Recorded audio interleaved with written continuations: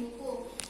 Kegiatan yang saya lakukan yaitu mencari buku di perpustakaan sekolah, mencari buku referensi di internet, dan mencari buku referensi di perpustakaan di rumah.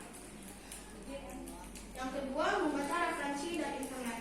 Saya membaca buku referensi yang sudah dibeli dari toko online dan mencari tambahan di internet dan mencatat hal-hal penting.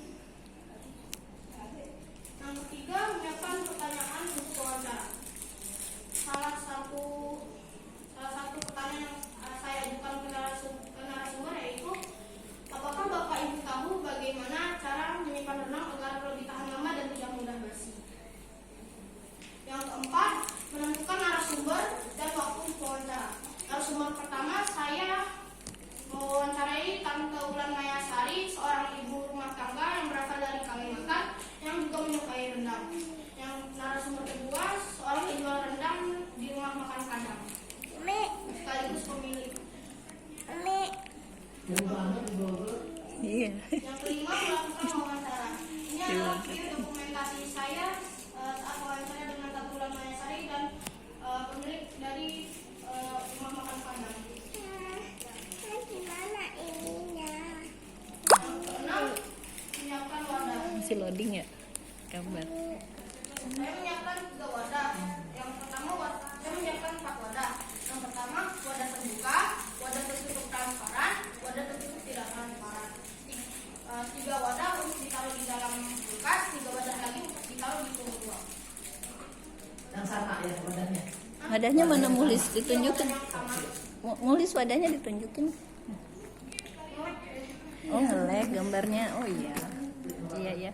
Nggak aslinya. Yang keempat, wadah vakum, silar, wadah Wadahnya ada di situ. Wadahnya ada di bawah. Lanjut aja ya.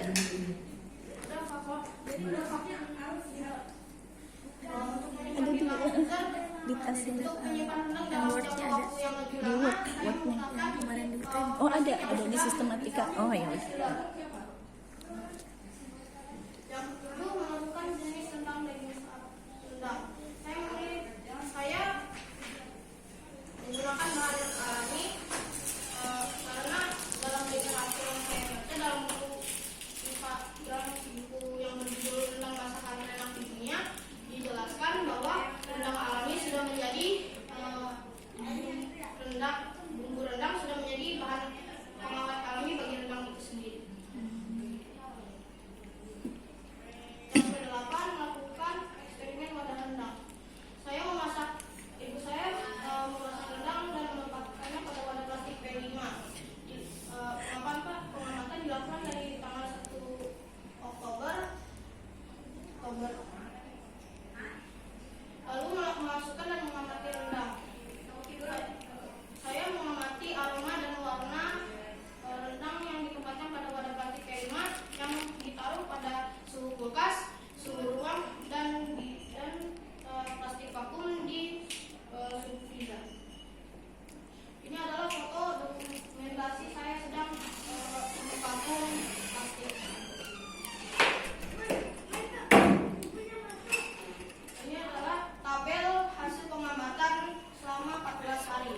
Keterangannya, yang merah masih belum ada perubahan, yang silang sudah berubah aroma dan warnanya atau sudah ada jamur, yang strip kondisi sudah rusak sehingga tidak diteliti lagi.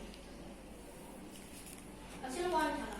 Berdasarkan hasil wawancara dan riset, apabila ingin menyimpan rendang di suhu ruang, sebaiknya menggunakan wadah terbuka. Bila ingin menyimpan rendang di suhu kulkas, sebaiknya menggunakan wadah tertutup tidak transparan.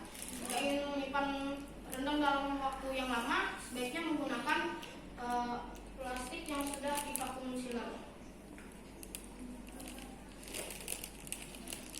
Menggunakan vakum sealer untuk menyimpan rendang di dalam freezer dapat lebih tahan lama karena kedap udara atau tidak ada udara yang masuk. Lalu saat saya mewawancarai penjual rendang, saya mendapatkan ilmu baru di mana mereka menyimpan rendang di wadah stainless steel yang tidak habis dalam satu